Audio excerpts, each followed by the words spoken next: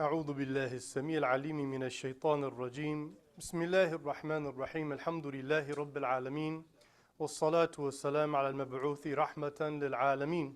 When it comes to regulating the affairs of a family and setting a structured system by which a family could succeed, there is no text, anything like the Holy Quran, which is why we should all be reading the Quran. And my many years as an Imam, and in my 20 years as a married person, if you're not going to the Quran, فَإِن تَنَازَعْتُمْ فِي شَيْءٍ فَرُدُّوهُ إِلَى اللَّهِ. If you dispute about something, you should not keep it my opinion and your opinion. You go back and you find a reference in the Quran. In the general structure and system of the family, it begins with husband and wife. وَمِنْ آيَاتِهِ أَنْ خَلَقَ لَكُم مِّنْ أَنفُسِكُمْ أَزْوَاجًا.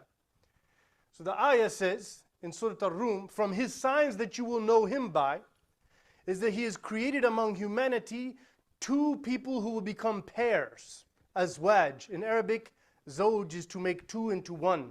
They're a pair. They are inseparable. They go together naturally. For which reason? لِتَسْكُنُوا إِلَيْهَا. So that you will live in peace and tranquility towards them. The purpose of that is that people will live in tranquility. How are you going to live in tranquility if you do not have a healthy form of communication? So there should always be husband and wife feeling like they are close friends, like they're the best of friends. There shouldn't be this mentality of a hierarchy of one is in that realm and that way, and then that one is that way. This one has these responsibilities, this one has those responsibilities, and they only meet whenever their responsibilities overlap. Should not be that way. That was not the way the Prophet ﷺ was. Then he says, وَجَعَلَ بَيْنَكُمْ مَوَدَّةً وَرَحْمَةً. He has decreed that successful, healthy marriage, it has mawadda, a deep loving affection. Not just love, that's hubb. Love, maybe you love something, but you will, pass it up or you sacrifice it for something else easily. But mawadda is something you can't do without. It is something you're deeply attached to. So there's a sense of deep loving affection that you want to always feel close to the other one and you don't want anything to come between you. Wa-rahma, it's that soft-heartedness, that forgiving, that easygoing, that understanding, that empathetic. This is the way husbands and wives should be to each other. And in that are signs for those that contemplate. Just if we just stopped right there, right? Communication, peaceful relationship, close friends, deep loving affection, a sense of bond that we will not allow to be broken, and forgive and forget, live and let live, over easygoing, kind, caring, going out of your way to do good. How could that marriage fail if both of them are doing that on a regular basis? That is the beauty of it. Well, he says, هُنَّ لِبَاسٌ لَكُمْ وَأَنْتُمْ لِبَاسٌ لَهُنَّ. When Allah wanted to just describe the relationship, they are like clothing for you and you are like clothing for them. What is clothing? Clothing keeps you warm. Clothing protects you. Clothing covers up the things you don't want anybody else to see. Clothing represents your style. You see? If you think about all that in a relationship, you're talking about a very profound statement of eloquence. That the relationship between husband and wife is that I want to make sure that my spouse is warm and comforted, that my spouse is feeling like she has everything she needs. I would never tell my spouse or someone else about my spouse's flaws, and if I have an opportunity to cover up or to hide her flaws, I would do that. You see? And that protective nature is there. وَأَخَذْنَ مِنْكُمْ مِيثَاقًا غَلِيظًا. When he describes the nature of the marriage contract, Allah says, we in the royal we have taken a very serious, stern contract. Meaning, it's a serious contract that you will be accountable for. Just like if you took a loan for $100,000. Imagine you took a loan for $10 million, right? It's more than that. So he's saying, take this as a contract between you, your spouse, and Allah. This is who is involved in this contract. And that's how we should be looking at it. فَانْكِحُهُنَّ بِإِذْنِ أَهْلِهِنَّ. Allah has decreed that if a man wanted to marry a woman, we need to make sure as a father or as an uncle or as a grandfather or as a brother that who is this guy? Look into who this guy is, because they call it running game nowadays. Because it's simply an act to try to get her to like you so that this man can get his physical desire, which is really what he cares about. And so this guy is not serious about marriage. This guy is not serious about living together for the rest of their life. And that's where when people come to me, oh, we're just going to get married Islamically. Like, no. If you're serious, you'll go get that contract from the court, because the contract with Allah is even more serious. But some people like to play with those. It's not a game. It's very serious. And it's meant to preserve that bond. لا يحل لكم أن ترثوا النساء كرها. It is not allowable for someone to take in a woman without her permission. If a woman does not want to marry a man, then she does not have to, according to the consensus of Muslim scholars. And so this is protecting a girl from being forced into a marriage of a guy she's not ready to live the rest of her life with. Now again, if she doesn't oppose it, and then later she finds out and it was an arranged marriage, that's on her. She should have said something. If she says, well, but culturally, who فوق كل ذي علم عليم, right? وما قدر الله حق قدره. You put your culture above Allah? Is that what you just did? About what rights He gave you? Now it's like, I want to please my family more than Allah? No. They're all under Allah. That's why it says, وَعْبُدُوا اللَّهَ وَلَا تُشْرِكُوا وَبِالْوَالِدَيْنِ إِحْسَانًا وَبِذِي الْقُرْبَى. Why? Because those come after. لا طاعة لمخلوق في معصية الخالق. A general principle of Islamic law is there's no obedience to a creation and that which is disobedience to the Creator. And so then he tells us how should a man treat his wife. وَعَاشِرُوهُنَّ بِالْمَعْرُوفِ. And live with your wives with the best known conduct. Kalimat ma'roof, it means what is known to be good. Of course, first that's in the Quran and in the Sunnah of the Prophet ﷺ, but it's also what she knows to be good, the way she's used to, what she's been raised like. That's why in mukafa'a and looking for suitability, if this young lady has been raised in a very comfortable, very, good class situation, and she's used to these things around the house and these comfort zones, and this guy's not able to afford that, it needs to be crystal clear that you might not feel the way you've gotten used to feeling, right? And so this is where the kind of bonding should be something that is understandable between them.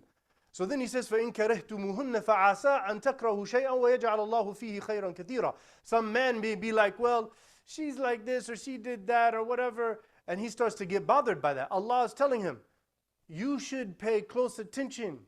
For all you know right now, you're not like it, but you will see a lot of good come out of your wife. So don't start to allow yourself to get down on her. Don't allow yourself to think, oh, well, because I didn't like what she did. You should always look for the good and be positive. وَلَهُنَّ مِثْلُ الَّذِي عَلَيْهِنَّ بِالْمَعْرُوفِ. Allah said, women have similar rights as their husbands have over them. They have equal rights over each other. وَلِلْرِجَالِ عَلَيْهِنَّ دَرَجَةً. But the husband has one responsible level above her. And what is that? When it comes down to a serious decision that affects their family and their lives, he can't be nitpicking her at her personal life, in which opinion of Sharia she's choosing, or what she's doing in her career, when they've already talked about that before. He can't tell her, change this because I said. If we've already agreed when we were going to get married, this is why you have to talk everything out when you're getting married. If you're going to marry this person, where are you going to live? What are you going to do? What do you expect? What's your hobbies? How many kids? Well, all that stuff needs to be understood, because if it's not, all kinds of problems will come. And guess what will happen? The man will default, I'm in charge, Habibti. So you need to have set your situation from the beginning. And that's why the scholar said, Al-Muslimun عند شروطهم. Muslims in dealing with contracts are according to the conditions that they set. And that is a marriage contract. So if she says, I don't want you to marry a second wife no matter where you live on planet Earth and what the law says. She puts that in the contract, you cannot do that. The second you do that, that contract is null and void in Islam. Look how Allah sets rights. Look how the Sharia is. It's much more vast than any other legal system. Don't let the post 9/11 thing get to you. That was intentional. What we hold is the only thing that challenges is this corrupt system that runs this world and this very country that we live in. And people are starting to figure it out. الرِّجَالُ قَوَّامُونَ عَلَى النِّسَاءِ. God has made the responsibility of men to be good leaders for their families, to provide for, to care for, to support, to protect, to educate when there's a need. She may be educating him. But in Islam, the man is responsible for all bills. No man can ever ask his wife to pay any bills, right? But some sisters try to take it too far. She's telling her husband, you have to send me to Hajj. No, he does not have to send you to Hajj. That's your responsibility. Okay, that's not a necessity. When you have the money, that's on you. If he did, that would be a huge gift, but it's not his obligation. Food, clothing, shelter, medicine, transportation, all of those things. All of that, you have to provide for your wife. And that's the responsibility that he has. So how does a husband deal with that responsibility? The Prophet ﷺ was the best leader, right? Some men think this ayah means I'm a dictator in my house and I can never be wrong. Well, that guy's a zalim. And what did Allah say about al-zalimeen? He doesn't love them and he's not guiding them. So correct your thinking process, brother. Yeah, so what it means is he's a leader. The Prophet ﷺ was very easygoing. You know, Umar, whenever he came to the house one time, he knocked on the door and he heard two of the Prophet ﷺ's wives yelling at him. So he just knocked one time and walked away. The Prophet ﷺ come open the door. He says, "Ya Umar, what are you doing?" He said, "I'm not trying to, I don't know, it's not my problem." No, come on. He comes in and then he sees the curtain. They're all back there scurrying back. And he said, "Ya aduwat anfusihin." Oh, enemies of themselves behind the curtain, how dare you yell at the Prophet ﷺ? What kind of women are you? And they said, why don't you? He said, why don't you fear that you would yell? They said, well, because the Prophet understands us and we're just upset and he never gets mad at us, but we're scared of you because you're a ghalidh. So Umar was still learning. You know the famous story when Umar's wife was going to the mosque and he said, you can't be going to the jama'ah every day, by the way. This is Umar. Okay. And then she said, no, Allah said, "La tamna'u ilama Allah min al-masajid." The Prophet ﷺ said, you cannot prevent a woman from going to the mosque for praying. What did he do? He shut up and he sat down because she's above him with Allah. You see? But where are we at with that? Umar giving the khutbah one time and he said, you know what? This thing about mahar has gotten out of control. And so now we need to lower the mahar. And then the woman stood up in the back, right? Which means they weren't blocked off in some other place. She stood right up there. And she told him, because some people said Umar's the one brought the barrier. That's a big lie, has no basis. Barrier came way later, right?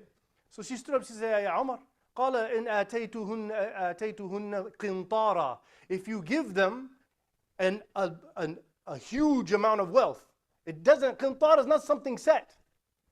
Right? فلا تأخذوا منه شيئا. So the Umar said, you know what? She's right. This is the ayah I was just saying, I was advising. So then Hassan and Hussein, the grandsons of the Prophet, they came, what happened to you, Umar, over there in the khutbah? And he said, Allah, يعني في الجاهلية كنا لا نعد للنساء شيئا. We used to not see women have any value at all. حتى أنزل الله فيهن ما أنزل وقسم لهن ما قسم. Until Allah revealed things about them and distributed them rights, then we respected them. And whenever they speak with knowledge and respect, we see them as equal to us. فإمساك بمعروف أو تسريح بإحسان. If there happens to be a divorce, and there's a whole surah called Talaq, and the Prophet ﷺ actually divorced Hafsa, and he actually divorced another woman. And so the Prophet ﷺ and his companions, many of them got divorced. It comes to a point where you feel like, this is not going to work, we've done everything we can, there's going to be a divorce. How do you do that? Yelling and screaming and fighting and accusing? No. فَإِمْسَاكٌ بِمَعْرُوفٍ. You stay married and you have a good relationship. Whoever is maintaining a marriage living in misery is confused. You're not supposed to stay in a miserable relationship. And when you say, I'm doing that for the kids are watching your miserable people as parents, and it's traumatizing them every day. For the kids, we better أَن تَسْرِيحٌ بِإِحْسَانٍ, to, with excellence, divorce, with respect, give her some extra wealth, give her a gift. You know what, it didn't work out, we spent all this time, may Allah forgive us both. That's what Allah is commanding. But very rarely does anybody follow Allah, because the emotions and the opinions of the individual get involved, and then the whole thing gets out of control. So in the Quran, it tells us, وَبِالْوَالِدَيْنِ إِحْسَانًا وَبِذِي الْقُرْبَى, protecting the family. First, after you know who Allah is, and you love Him and worship Him, and you're thankful to Him, then you owe your parents everything, because they are the main conduits by which you had everything in this life. Allah blessed you with them. And then after them, وَبِذِي الْقُرْبَى, and your close family members. Then the poor and the orphans and so forth. Allah is saying, take care of your own house first. There's some people have a very messed up home and they feel good about going out and helping the poor. They have a wrong priority system. It needs to be in the house like everything's under control. Then you can go outside. Inna Allah ya'muru bil adli wal ihsani wa ita'i dhil qurba. The scholar said this ayah is the most consequential representative ayah of Sharia, of Islamic law. Truly God commands to justice. Then He commands you to altruistic excellence. Go beyond justice. Be a benevolent, kind, caring person. Go out of your way to help others. وَإِيتَاءِ ذِي الْقُرْبَى, and preserve the needs of the family. Out of all things He could have said, the family. There has to be a strong, this society, America, its biggest failure is it lost the family. We have something very special that when people see it, they will be in awe. They will feel something that's missing because it's the natural order of things. So then Allah commands us, He prohibits us, وَلَا تَقْرَبُوا الزِّنَا. Do not come close to fornication. He didn't say, he says, وَلَا يَزْنُونَ. They don't fornicate. But when He commands, He says, do not come close to.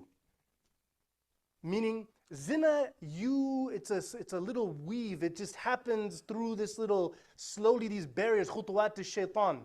At first it's like this and like, oh, well, okay, just a little, cordial this, oh, nice word and all that. Oh, I'll call you up, And then before you know it, now you fell into it. Shaitan has fooled you.